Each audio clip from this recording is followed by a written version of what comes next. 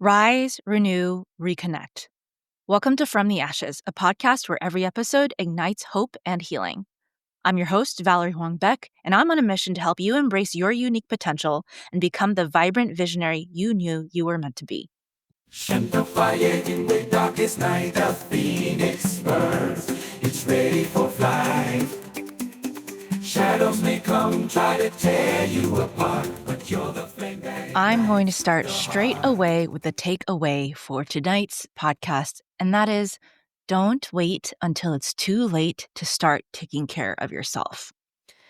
This is a topic that I've been thinking about a lot and that I care about deeply because the more that I am out there in the world inviting people to my coaching business, to getting help, offering my services, the more I come across people who absolutely wait until it's too late to get help for their health, whether that's physical, mental, or both. And by the time that it's too late, the consequences on your health are really devastating.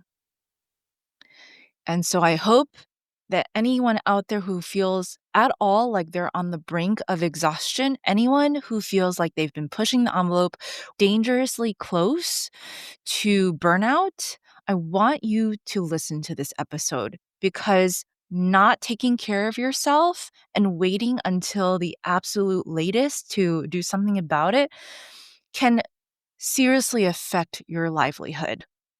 Not only your ability to make money, but your ability to just be an able person, to be able to go out in the world, to be able to support yourself financially, also just energetically, and to make sure that you continue to be taken care of in having enough food, having enough shelter, having a roof over your head, right?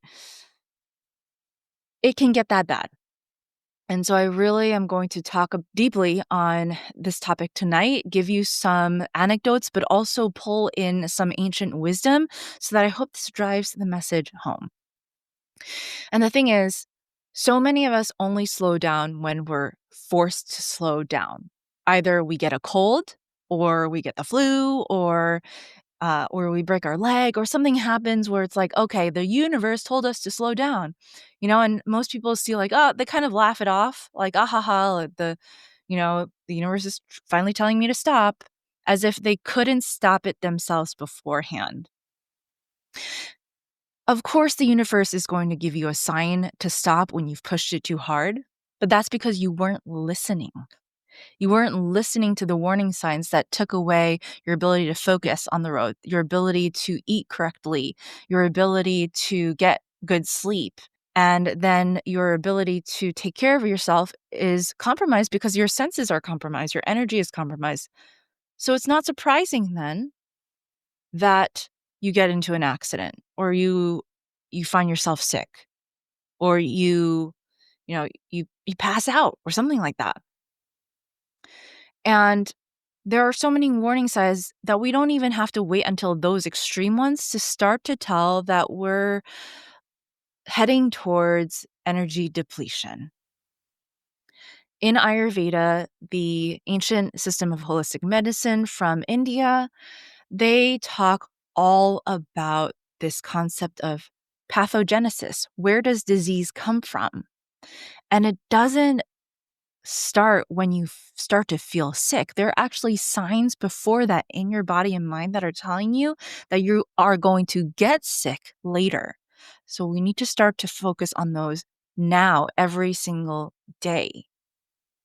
Now, if you know already that you've been pushing at your job too hard, if you've been focusing too much on your work, on your business, you might already be towards the brink of burnout. So I'll start with those first. I'll break down how to locate symptoms and signs we can start to identify even before these start to happen. But if you have constant fatigue that sleep doesn't fix, and if you're waking up and you're still not rested, that's a sign that your nervous system is out of whack. Something needs to happen where you really need deeper restoration. If you have mood swings, emotional volatility, like one day you're super sad and crying and one day you're really irritated, that's also a sign that you don't have the resilience right now that you need. And action needs to be taken now in order to restore yourself to a place of relative evenness where you don't become so reactive all the time. You have trouble sleeping or waking up when unrefreshed. If you're waking up in the morning and you're like, you feel heavy as a rock because you feel like you haven't slept, it's telling you that your body hasn't actually restored. If you have resentment towards people that you care about or responsibilities you have or things that you love to do even, and you feel like you're obligated to show up to something you used to actually love showing up to without any question, that's also a sign that your energy reserves are depleted and nothing is being done to restore that so that you continue to enjoy the things that you like and the people that you love. It's not them, it's not the activity, it's the fact that there's no proactive actions being taken in order for you to show up your best self. And it can be easy then to blame our outward circumstances, be like, oh, they expect me to show up all the time. But it all starts with us making sure that we are taking care of ourselves, even if that means we're disappointing someone else. If you feel a lack of motivation or lack of joy, pleasure in life, if you feel flatlined, that's also a sign that something is really out of whack. It's not that we should always be happy-go-lucky, but if we feel like nothing is really sparking our joy, if nothing is really motivating us, and we're feeling like, well, what's the point of anything? It really is a sign that we are very, very depleted. And then pushing through as a way of life, not a temporary strategy. I see this way too much. I'm a strong person. I have to do this. Pushing through is my way to show that I can. And then pushing, having that becoming your way of being all the time. And then it's no wonder that all of a sudden one day you're breaking rashes and you could barely stand because you're dizzy. Yes, I know people like this. And yet you insist on keeping on the push. So these are signs of burnout, early warning signs of burnout that you really, really need to pay attention to. If you have any of these, just know that you have already probably pushed a little too hard. Now, what about the signs before that? So this is where I start to draw in on the Ayurveda, because Ayurveda talks about paying attention to your gut health, your digestion, as the first sign of anything slightly askew. And in modern medicine now, in modern science, they talk about the enteric nervous system, how our gut and our brain are very much intertwined. And so, and our nervous system, right, being the in between, that if we are experiencing any kind of emotional or psychological distress, our gut is also immediately affected. So it's no wonder that digestive issues are what Ayurveda point to as being some of the earliest signs of disease in the body, and signs of disease symptoms that are very, very manageable according to Ayurveda. So if you catch digestive issues early, you can prevent many more serious issues down the line. So let's talk a little bit about pathogenesis and how this relates to being able to catch the signs and also prevent disease in the long run, and how to know when perhaps it's not necessarily too late, but when things become really, really difficult to reverse. So Ayurveda calls pathogenesis samprapti. It's the stages of disease formation. And I like to describe these stages as a tree, starting from the roots. The roots are where the imbalances start. And those imbalances start, as I said, in the digestion. And in the first stage of pathogenesis, we have mild symptoms that increase in various areas of the digestion depending on their nature. So you might find that it's either going to be in like your upper stomach area or your lower stomach and intestines or in your colon. So depending on the site, the symptoms often differ. So it could be something like a acid reflux type of thing or burning sensation in your stomach. It could be accumulation of mucus in the upper gut, and that also carries through to your lungs. It can also be constipation and gas in your colon. Anytime that we have a disturbance in our emotions or our nervous system and our psychology, it changes the way that we eat and it also changes the way that we feel. So if you ever notice that you lose your appetite when you feel down, and then all of a sudden you're feeling either bloated or gassy and stuff, that's something that happens naturally.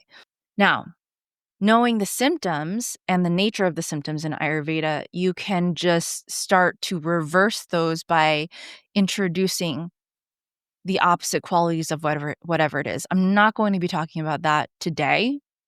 If you have questions about how to identify those specific symptoms, you can message me and we can talk about it, or you can take one of my dosha quizzes and it will give you a pretty thorough outline of what's going on in your digestive system and what you should do to alleviate those symptoms. But for now, know that those mild symptoms show up in your digestion and they are easily reversed if you catch them early enough. Now, what if you notice them and you ignore those signs? Then the imbalance starts to intensify. Your body gives more signals because it's trying to catch your attention. So that acid reflux may become IBS, or it can become like loose stool, or it can become like a burning sensation in your gut that doesn't go away. You actually start to notice it now. We call that aggravation. At this stage, it's still okay if you notice and you do something about it. It's still easily reversible because it's still in the gut. But the thing is, with aggravation, it's at the edge of something, right? And so once it crosses over that edge, it goes into a stage called overflow. Now, we're still at the root here. It's still very much manageable. But when it goes into overflow, we go from gut to circulation in the body. Imagine like you're digesting food. Those foods get broken down in the stomach, then they are absorbed by the small intestine and the large intestine to some extent. Those nutrients are absorbed and they are distributed in the body. Well, it's not the only thing that's being distributed. And whatever we are taking in the gut is also being distributed. And that could be liquids, it could be toxins. Anything else that we intake towards the gut also gets distributed. So imagine there's an imbalance being distributed in the body because it overflowed from aggravation. And literally, that starts to show up in your circulatory system. So circulatory system being like in your blood. It could also be in your lymph fluid or in your skin. So you get random skin issues, or you might feel like an intense heat. You might get a rash, or you might get dry skin, depending on the nature of things. I all along also experiencing emotional patterns. So once it overflows into circulation, it's a lot more difficult to target that. And then when it starts to circulate in the body, this imbalance will start to search for places in the body that are weaker. So if you have naturally sensitive skin, it may lodge in the skin. If you have issues with the joints, those imbalances might lodge in the joints. Let's say you have had nervous system issues for your entire life. It might relocate to your nervous system and affect you there. Some people get like shakes on their tongue. That's what I've seen in patients. Like they get shakes in their tongue, and that means that their nervous system is depleted. They feel very, very sensitive. So once these imbalances relocate towards vulnerable tissues in the body, then we have something called manifestation. It becomes a disease that is diagnosable, that has a label, right? Western medicine doesn't really call it a disease until manifestation. So manifestation could be diabetes. It could be anxiety disorder. It can be inflammatory bowel syndrome. Any variety of things that have a label and that have a set number of symptoms that determine its diagnoses.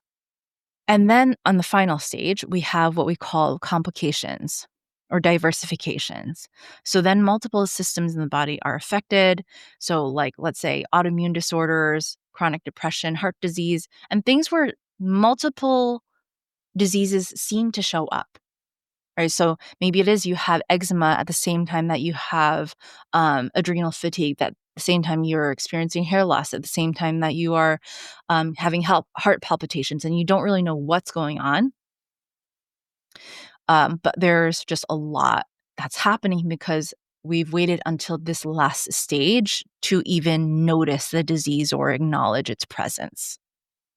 Disease is really your body is trying to tell you something is off and that it needs to be repaired.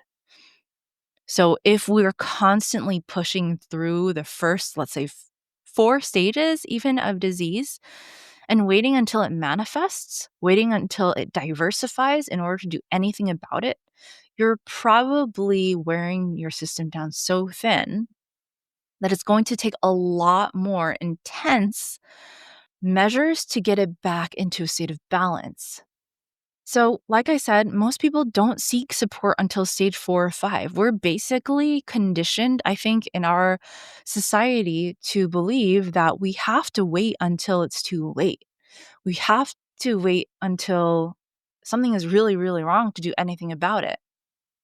And I don't know if it is because we feel like we should have the right to eat whatever we want and like just abuse our bodies however we want, or if it's because we feel a pressure to put ourselves last. But either way, we're ignoring a very universal truth that the longer you wait, the harder it is to reverse the disease.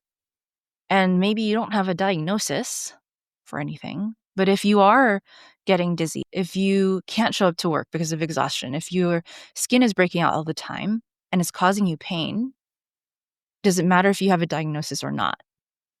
So I really think that most of us are living life not at all paying attention to diseases in the root stage, meaning that anytime there are digestive upsets, anytime there are slight emotional upsets, or like maybe slight signs in the skin, we don't really think of those as internal problems. Like we see acne showing up on the skin, and we're like, oh, we just got to slap some cream on it, rather than being, I wonder what it is that I'm ingesting or the way my digestion is working that might be affecting my skin, or maybe the way that my mental health is affecting my skin.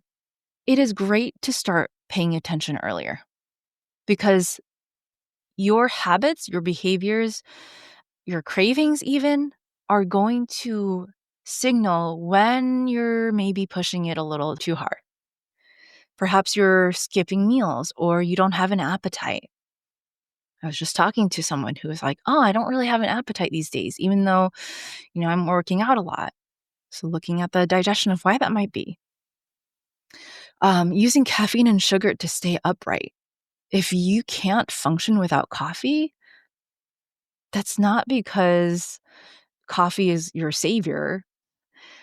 It's because you don't have a structure to keep your body actually fueled with the energy that it needs.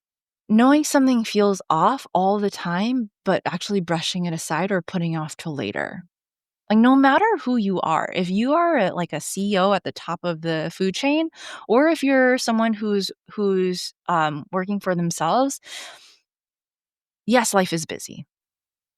But what's going to happen when you can't get up in the morning and you can't actually do your job? We all have a responsibility to take care of our own bodies. It might seem like, yes, there are a lot of people around us, and yes, they should notice when we're tired, but no, if you mask the fact that you're tired, no one is going to notice. It is actually your responsibility to voice your needs, even if you feel like they're not going to be heard. You don't know if they're going to be hurt or not until you actually say it. And only when you know that will you know what to do next. Because I hear a lot of people who are afraid to tell their bosses that they are too tired because they're afraid that there are going to be reprimand or consequences for doing so. And I get that corporate culture can be really, really brutal. But if you're working yourself to the brink of death, which some people are, and if it's that or talk to your scary boss, would you really actually rather collapse? It's funny that it's not so funny actually, but it's kind of, it's astounding to me that I actually have to ask those questions. But in a lot of people that I've talked to, when I ask them, "What do you think is gonna happen if you don't take care of yourself now?" and they say death, also have to question, well, then what is your next step? Are you willing to take an action or take a stand for yourself? As I said, I have witnessed friends and clients wait until the brink, and I I really don't know how much longer I can wait for them to choose themselves. Because I've had actually multiple people say that next step is maybe death. And that doesn't make any sense to me. So I do have a close friend that will basically stop communication and disappear for a couple of months or maybe even close to a year sometimes, because they're working so hard that they don't have any bandwidth for anything else. They work in a very, very demanding corporate environment, and they are deathly afraid of their boss, but they're also unwilling to leave the situation because there's, they want to climb that ladder. And I've seen this person come to me in literal rashes, hip pain, back pain, dehydration, pallor, dizziness, just a lot of symptoms of extreme depletion. And regardless of what advice I give, there's this unwillingness to leave a very toxic situation. The allure, I think, of climbing that ladder, of doing the thing that feels impactful is very drawing, even if there's self-sacrifice involved. And even when they know that, like, they can't take it anymore, if their body can't take it anymore. And it's incredibly difficult to witness somebody that you care about really deplete themselves that way because you're saying stuff and it's not landing. Anyone out there who relates to this person, anyone out there who is like, I I know that I should be taking care of myself more. I know that I am exhausted. I know that I need rest. I know that I need to do all these, self-care practices, but I can't. I want you to think about the people that you care about and presence yourself to the life that you want to live and really question if it's worth that goal. So then it comes to this question that I want to ask as well is to myself. Actually, what is it that I think is underneath the refusal to slow down, even when the body's clearly asking us to slow down? And is it fear, guilt, conditioning?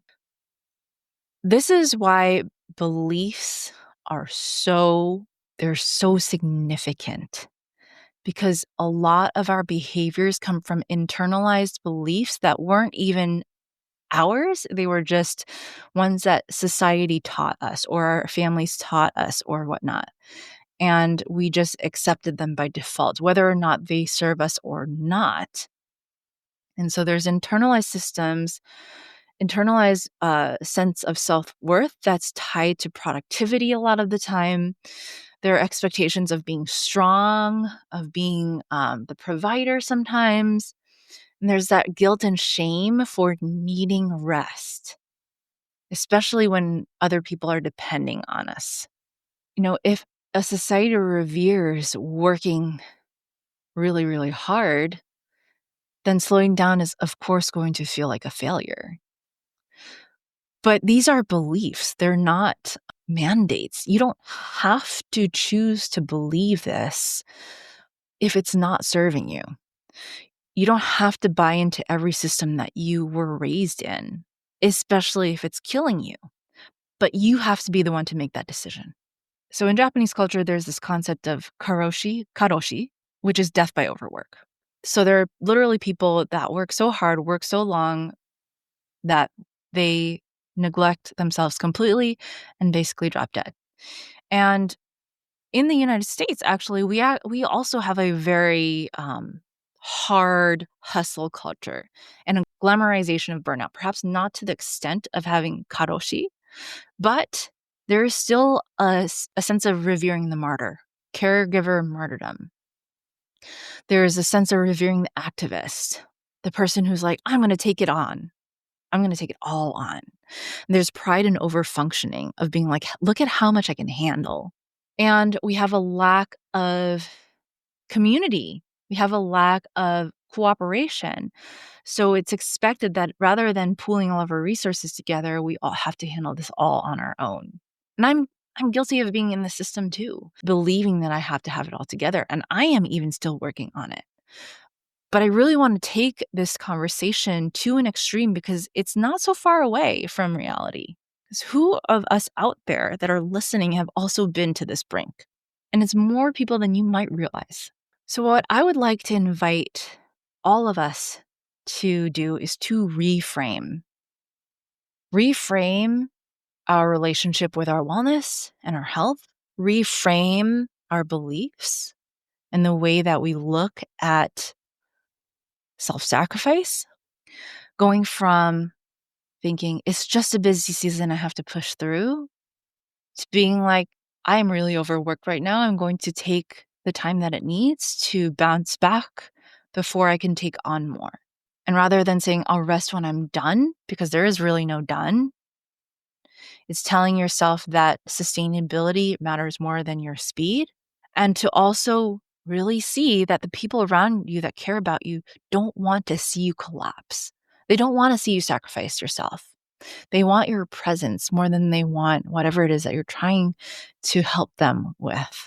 If they would rather see you self-sacrifice and don't give a crap about your well-being, I would question your choice to work with these people or to be around them or to give them your energy.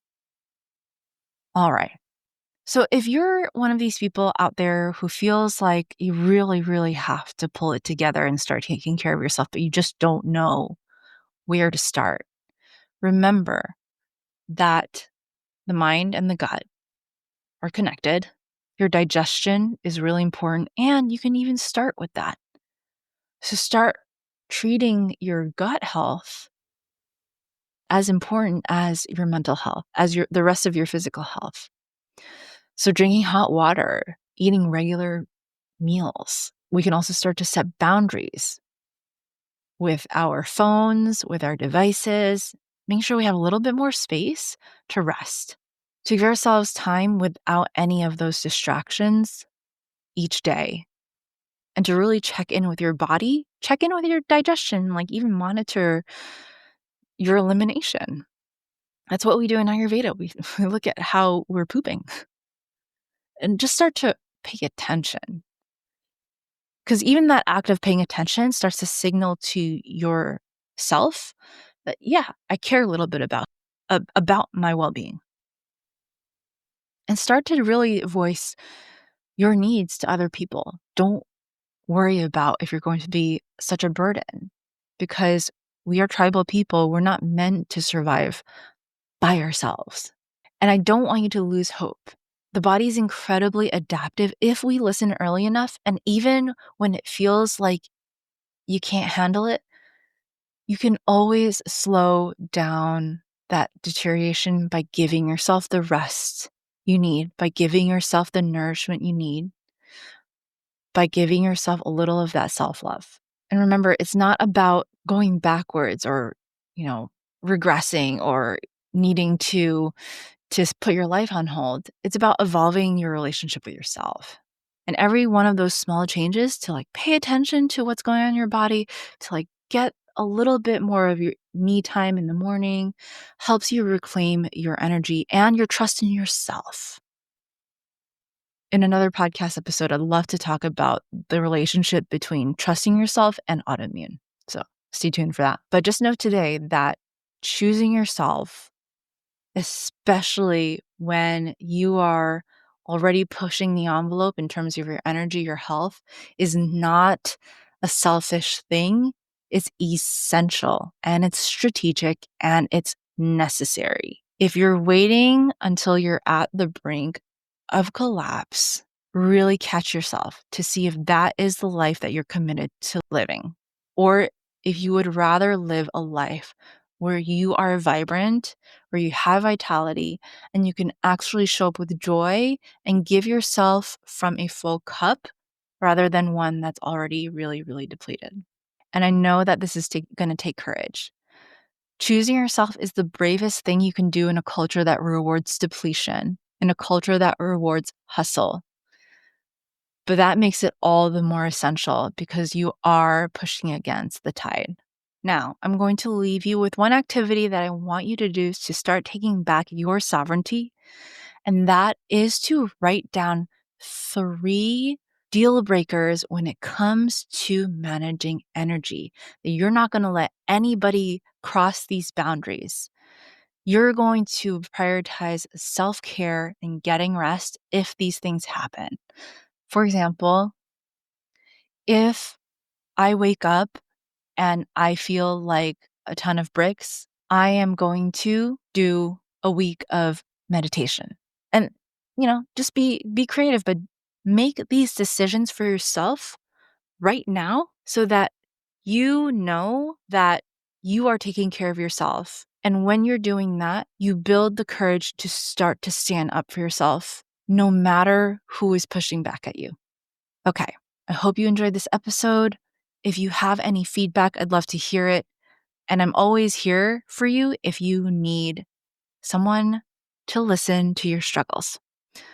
Thank you for listening, and I'll see you next time. Soar to the sky. Thanks for tuning in to From the Ashes. If this episode sparked something in you, I want you to know your evolution matters, and we're rooting for you all the way. For coaching, community, and resources to help you rise into your full potential, visit intrepidwellness.life and check out what we have to offer. If you love the episode, please leave a comment, share it with a friend, or tag me on Instagram at intrepidwellness.val, because I'd love to hear what resonated for you. Until next time, keep rising.